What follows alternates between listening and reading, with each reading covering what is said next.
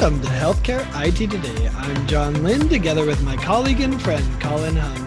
The world of technology and healthcare are ever-changing in new and novel ways, and that's why we love this stuff. So join us as we discuss the latest healthcare and health IT news, meshed together in new ways, which help generate ideas and new perspectives. Plus, we'll have a little fun along the way. On today's episode, we'll be asking the question, why isn't RPM or remote patient monitoring exploding like telehealth video visits? And we also want to thank our sponsor, Carium. You can be sure to check them out at carium.com. And be sure to follow the show on Twitter at the hashtag HITSM and our personal accounts at TechGuy and at Colin_Hung. Plus, check out our 15 years of health IT blog content at healthcareittoday.com. Have you ever done a remote patient monitoring visit, Colin? I have not. Yeah, I was trying to think. I've done telehealth, and I've certainly measured my own data and sent it to some doctor friends. That's probably the closest I've come to it. But luckily, I don't have any chronic conditions. So, yeah, I mean, maybe that's part of the discussion today. Does it have to be a chronic condition, or can we remote patient monitor for people that are healthy? Well, I think that's actually a great point, John. I think there is sort of this divide between the healthy folks, right, who might want to do patient monitoring for a totally different reason than people who have a chronic condition or who may be recovering from a surgery or recovering from a procedure.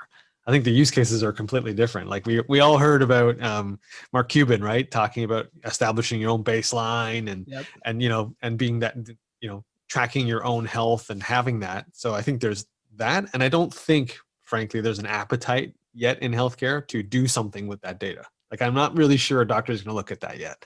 No, they're not. And it's too hard for the individual to do. And, we don't care enough about our health if we feel healthy, if we feel like, if it's not impinging on our day, we don't care enough to really look at it, even though, I'm 2 years away from being a diabetic. Like, I should care about that. But, I think we've proven, even if you're a smoker, right, that smoking is going to kill you, and we keep doing it anyways. It's kind of like that, but even less obtuse, right? It's less apparent that this is what I'm doing to myself. And so I guess that's why I think most of the remote patient monitoring has focused on the chronic conditions. Yeah, you're right. I think that, and that's where I think there is some growth, albeit not maybe as explosive as the telehealth market has exploded because of COVID and other things. But definitely, I think in the chronic conditions, and again, like people who are recovering from certain procedures, I think RPM makes a lot of sense there. And there is sort of some pioneering organizations and pioneering doctors who are making use of it. Yeah, for sure. And when I think about where we are at in this continuum, yeah, RPM, remote patient monitoring, hasn't exploded the way that live video telehealth visits did. That's kind of like an exponential curve that, interestingly enough, is exponentially coming down to. We'll see where the bottom of it is for live video, telehealth. But for remote patient monitoring, I think what did happen, we are seeing growth. But instead of going at 1 degree, the plane of growth has increased. So it's still linear, if you will, or close to linear, but the angle is much higher. So I think, that's where it is interesting, because a lot of organizations in this COVID world have said, why aren't we doing more remote patient monitoring? And why do they need to come to the office? They don't. So, and patients are demanding it in some cases. I think of our friend Stacy Hurd on a recent episode we did, and she said, we're not going back. Forget that. I'm not letting that happen. And so I think that there's been that demand from patients and this exposure to say, yeah, maybe we should do this, because I don't want to use my PPE on someone coming into the office, or I don't want my doctors to be exposed to this because they came into the office. Let's leave them at home where they're more comfortable, and let's use these RPM technologies. Yeah, in some ways, it's a little bit unfair to compare RPM to telehealth, right? Like telehealth is applicable to anybody for almost any reason. You don't have to have a chronic condition. It could be a fairly routine, check-in. You could use it for mental health. There's just so many use cases, more use cases for telehealth. Whereas for remote patient monitoring, I think there's a much smaller subsegment of patients and even smaller subsegment of doctors who are willing to use it. So I think the combination of that restricts the market size. But I agree with you in that those that have been using it, and that when the patients have been demanding it, we have seen growth. There has been sort of a steady uptick in RPM because of COVID, but also because I think people are realizing, oh, this actually might benefit both sides. It's a lot easier for me to monitor, just quickly see it. I don't have to, ask the patient to track things in a spreadsheet, right? Which everyone fills out in the parking lot before they go to the appointment, right? As we know. So there's some benefits to this. And I think we will see a higher uptake, but I think it's still going to be restricted into that subsegment of that patient population. Yeah. And I mean, that interesting part is that we were seeing the growth before COVID. So, if it wasn't started before, right? Like, I'm not sure we would have seen the same growth, but that growth and that interest in being able to do this started well before COVID. And, we were seeing this kind of linear growth of, for RPM services. And then COVID just said, change the angle, let's grow it twice as fast as we would have, right? But it's not 10 times that's exponentially growing. So I think that's the difference. I think there's a lot of interesting opportunities with RPM, especially even with patients that are healthy, and we see a lot of interesting models there with people are saying, oh, well, now do I have a pulse ox because of COVID, right? Or I even saw one model from Carium, our sponsor, where they're working with a gym. I mean, it makes sense that a gym would offer this type of remote patient monitoring services, but that's a pretty unique approach that I hadn't ever thought of before.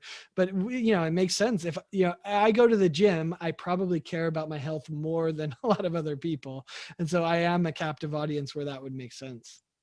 No, totally. And that's a great sort of success story of where, our remote patient monitoring can be used. I remember doing an interview back in September. I interviewed Dr. Michael McGillian and Dr. PJ Devereaux, who were part of the Population Health Research Institute here at McMaster University here in Ontario. And they had done a study of 1,000 patients using RPM after procedures that they had done. And I don't have the results of the study yet, but a couple of anecdotal things that they had shared was this one patient who had come in for like a urological procedure, and they sent him home and discharged him from the hospital. And of course, there's an incentive in Canada, like everywhere else, to get people out of the hospital as fast as you can. Yep. But they hooked him up with a company called Cloud DX to do the remote patient monitoring after the discharge. And a couple of days later, or a day later, the patient, he was complaining about pain and not feeling well, and the doc, in this case, Dr. Devereaux, was able to, look at the telemetry from the remote patient monitoring tool from Cloud DX, and was actually able to diagnose that actually there was probably a urinary tract infection. And so was able to ask him to go to a local lab, send the prescription to a local pharmacy. And so the patient didn't even have to come in, right? They could just go to the lab, get it tested to confirm, and then go to the pharmacy. And so in this one use case, it saved the patient from driving an hour to the ER of the hospital where he had the procedure done. And that's a huge savings. Both sides, it was a win, right? The doctor felt good. He was able to help this patient. The patient obviously felt really great because he didn't have to go in to the ER. So that to me is a really great example of how RPM can be really successful. Yeah, I love that example. And I think anytime someone's gone through a procedure or been admitted to the hospital or any of those type of big events, the RPM makes a lot of sense. Another area that really is fascinating for me is actually in the prenatal and of course baby, care pieces. That had been happening for a while, right? I mean, we were doing it manually through different websites Sure. and things, but there's a lot of organizations. I think Baby Scripts is the most popular right now, that really provides that remote patient monitoring of both mom and baby. And I think it's really interesting how those have evolved. And it makes sense why, because when you're pregnant or your spouse is pregnant, in my case, you're hyper aware of what's happening and you care a lot. Right. And so, you're willing to do all sorts of things to ensure the health of your baby and ensure the health of mom. So, I think that's another great example where RPM makes sense. And maybe that's a model we should understand, is that for RPM to be really successful, you need people who actually care about the outcome. And so whether that's they naturally care about it because it's the birth of their Right. child, or whether it's manufactured care, i.e., the company has to manufacture and incentivize or promote the fact of why you should care as a patient, so that then you're willing to do it. And that's, I think, a good lesson learned when you look at who's successful in RPM. Yeah, actually that's a really interesting use case you're bringing up, John. You can imagine, for example, if you're going in for a major surgery, and there's all those things you have to do to get yourself ready for surgery, or things that the doc is recommending you do, right? Don't eat this, do this, get lots of rest.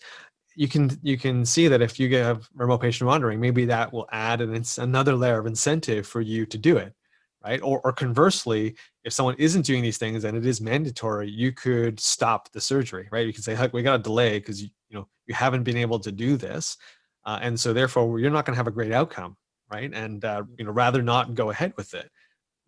There's that possibility. We haven't really thought about using remote patient monitoring sort of pre-procedure, right? Yeah. I've certainly only ever thought about using it post. So that's a really good example and really kind of interesting to wrap your head around.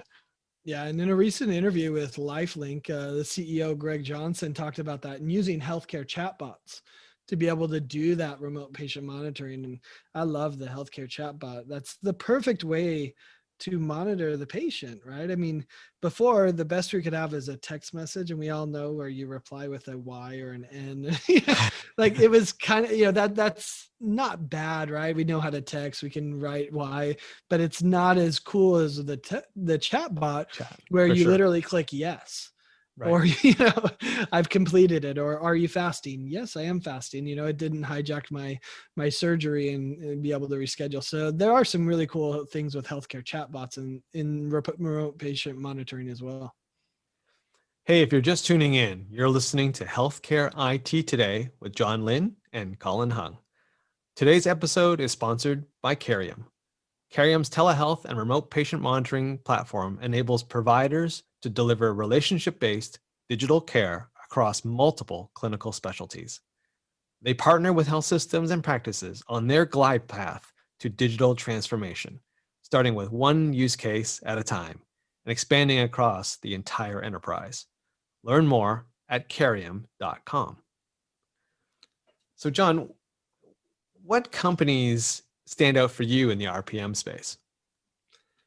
Yeah, well, I mean, obviously, a shout out to Carium for sponsoring Healthcare IT Today. But they have been really creative in how they do it, and how they understand the need to combine the outside services with the inside ones. I think that was great. The idea that, it's one use case at a time, and that's kind of where we're at, right? Is what, we're doing it one use case at a time. And if I look at the companies, and we just published our list of RPM companies at healthcareittoday.com, so people can check that out. What was interesting about that list was how many companies are doing it and how they're all over the place. We were talking earlier about telehealth versus RPM, Mm-hmm. but there's RPM that includes telehealth. In fact, almost all of the RPM platforms include telehealth as one modality of communication. And so it's tough. I don't think there's some clear consensus. There's device ones, there's specialty specific ones, there's this just a plethora of options that I think makes it hard for a healthcare organization to do. I am interested in one area that's pretty fascinating, and that's like Lenovo and Dell Technologies. They both have gotten into this space around remote patient monitoring and virtual care. And it makes sense because when you look at them, what do they do really well? they deliver a consumer device to the consumer that can be used quickly and easily. Like they're the best at that. And what do you need to do for remote patient monitoring? Often you need to deliver them a consumer device to be able to monitor their blood pressure, to monitor their pulse ox, whatever it might be. And so it makes sense for them to be in the space. So I'm definitely watching to see what they do. Plus, then they can work with a wide variety of companies, which at least for now seems like the reality that you might have to work with multiple devices. You may have to integrate with a bunch of different systems. And someone like a Dell Technologies or Lenovo has some of those expertises and can deliver that expertise with you. That's a good point. I'm not really sure where the market's going. Is it going to be a fully integrated stack solution where you have the device plus the software plus the monitoring and alerting and the telehealth platform all baked into one? Or is it going to be the sort of best of breed? I want a device from Philips, I want a device from this person, and then I want to integrate it into a platform that then, so you can see both approaches are viable today. But the one that stands out, the company that stands out for me I mentioned them already, is Cloud DX. They're located here in Canada, so there's the Canadian connection. Oh, so you're biased. Okay. I'm a little bit biased. No, but I've actually seen their product, and they've gone down the road of, they provide the hardware as well as the software platform. So they have a pulse ox, they have a neck cuff that kind of measures a lot of vitals and heart rates and those kinds of things. It's got I think it's a 12-point EKG read. It can do a lot of things. And they've deployed it in very specific use cases today with certain pioneering organizations, and they're seeing some really good success. But as you've pointed out, it's not sort of general use, and there's this sort of there's a cost challenge, right? Yeah. Of like, who's paying for this device? Do they rent it? Is it only charged when it's out of the door, kind of thing? Like, does Cloud DX own it? There's a lot of different sort of models going around, and I think that's going to be the big challenge, is like, who's paying for this, right? Do the payers get involved, in doing this RPM, because it'll help them reduce costs, because you're keeping people out of the hospitals, right, which are expensive forms of care. So, as per usual, the financial side is really the side that no one's quite got the model yet for this. And I think until that gets solved, we're not going to see that explosive growth. Yeah, it is, the reimbursement will determine a lot of the future of RPM, and not just reimbursement, but the shift to value-based care, because remote patient monitoring really is at its core value-based care. It doesn't necessarily drive a bunch more office visits. Although ironically, you're in Canada. I think you should have solved that, right? I thought you already did that. Yeah. Yeah. No. Yeah. Still challenges there. Yeah. Okay. Well, your point about devices though is fascinating, because the question is, who should buy the device? Right. Is it the RPM vendor? Is it the healthcare org? Is it the patient? I go and buy my own thermometer, so I know what my temperature is. Is that the model that I need to go buy my blood pressure cuff? Or does it need to come from the healthcare organization in order for it to tie in? And then if I'm in remote patient monitoring platform, do I support all devices or do I only support some? I mean, it gets complex really quickly. And I think that's why we see the biggest success has been in very tight areas, right, around a very specific, cardiology problem or whatever it might be, as opposed to, okay, here's a platform, we can solve any of your health needs. Give us your data and we'll pump it out for you. Like, we're not there yet, unfortunately. Yeah, there's a group of companies that I've seen or heard about where they play in the orthopedic space, right? And so they make braces and other devices baked into the supportive equipment, where they can monitor to see whether or not there's enough movement happening, right? Are you doing the exercises? Are you doing the walking? And in some cases, actually monitor and compare you to an avatar to see if actually you're doing your exercise correctly, right? Are you turning the right way? Are you stretching it the right way? There, in those cases, the device was purchased by the hospital or the organization, and it's essentially loaned to the patient. And I'm assuming it's because they were in a value-based model, right? Because they don't want this patient to be readmitted, so there's definitely a financial incentive there. And to me, that makes the most sense for these one-off style kind of RPM. Like, I'm not going to need this ongoing, unlike a pulse ox, unlike a glucometer and those kinds of things. Sure. So for that, I think it does make sense for an organization, either payer or provider, to give these to the patient in order to keep them healthy, right? Keep them out of the expensive care. Yeah, that's interesting. Although we all have a pair of crutches sitting in the corner That's true somewhere too. that we had to That's buy true as too. well. So, I mean, are we going to have a bunch of wearable devices that we had to buy or that we were given by the organization? But you're right. I mean, at CES in past years, and sad that we should be at CES right now, but it virtually hasn't been quite the same. But I saw some really cool technology there where there were these pads where it would train the person on balance, and it would help them learn. You'd essentially would be playing a game and you're standing on a pad holding some flippers. It's kind of almost virtual reality, but kind of a video game thing. Right. And it was cool. I mean, it was actually a lot of fun to play the game, so they did a good job there. And it was training you on balance, but at the same time, it was measuring how efficient you were. So similar to your ortho example, it's measuring how you're doing, and then it can report that data back to the doctor. So there's some really cool things happening here. I think it's just still early because the reimbursement models haven't quite gotten there. Yeah, no, I totally agree. Again, it rears its head, right? Like, Follow the money. follow the money, right? But the good news is there's some people willing to take the plunge, right? Like in these examples we talked about, the hospitals seem to have gotten on board. These devices are fairly inexpensive. Like, they're more than crutches, but they're not, they're not full blown, thousands and thousands of dollars, right? So they're in that mushy middle, as I call it. They're more expensive than a Fitbit, right? But they're not as expensive. They're not as expensive as some other assistive equipment like wheelchairs and things, right? So I think as costs come down, I think we'll see more and more of the thermometer style devices where it's just like, oh yeah, for $50 I'll just buy it. There's no argument.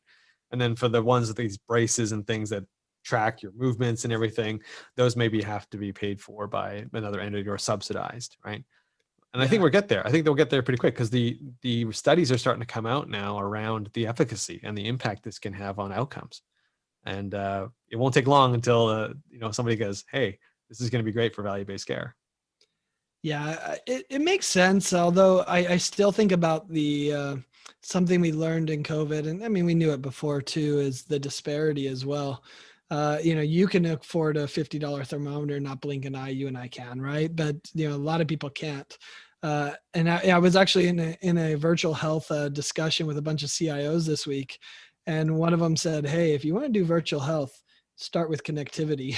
And there's a lot of people who don't have connectivity either, right? I mean, we kind of take that for granted. So I think there are some challenges there. I know the FTC just came out with another 250 million, 249 million, trying to help with the telehealth infrastructure, especially rural areas and things like that. But there still is a disparity that, hey, it's great that you give me this device, but I don't have internet at home, so you're not getting any of the data.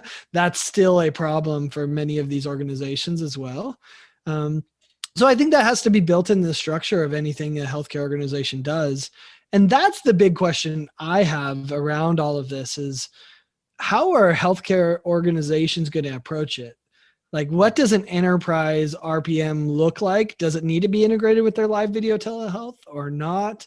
Is it separate? Are they going to be okay with 20 programs? I mean, the Zelth is kind of one area approach where, okay, you're going to have a bunch of different of programs, remote patient monitoring programs through Zelth, but at least it's one platform, kind of one experience. But will that go far enough? And is that the model, or is there going to be one platform to kind of rule them all that's going to be the epic and cerner of remote patient monitoring? Yeah, that's gonna be very interesting. I would say there probably isn't going to be that one platform to rule them all, only because I think you're going to see a proliferation of device makers who are just interested in making devices, and who could care less what platform you try to connect it to, right? So And we've seen that proliferation. You go to CES, you see it. exactly, they're out there already, right? So what I find more challenging is who's monitoring all these things, Yeah. right? Like you're now taking exponentially more patients to have to monitor because in a hospital you're limited to the number of beds you have, right? The number of rooms you have. But when now you're talking about remote patient monitoring, you could literally 2, 3, 5x the number of patients you're trying to monitor. So unless you spent and invested like New York Presbyterian has on a command center where there's like a NORAD, right, where they have all the different all the different telemetry and diagnostics and vital signs and of every patient in their hospitals, and then you presumably could add RPM to that fairly easily. But they've invested in this because they knew this was coming.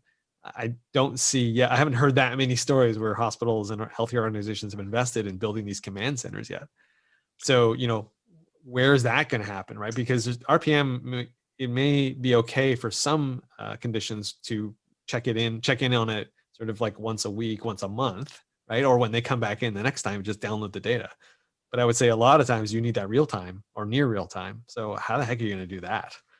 Yeah. Well, it's worth asking the question, are those command centers going to be outdated? Because we know where this is headed. Humans are not going to evaluate all that data.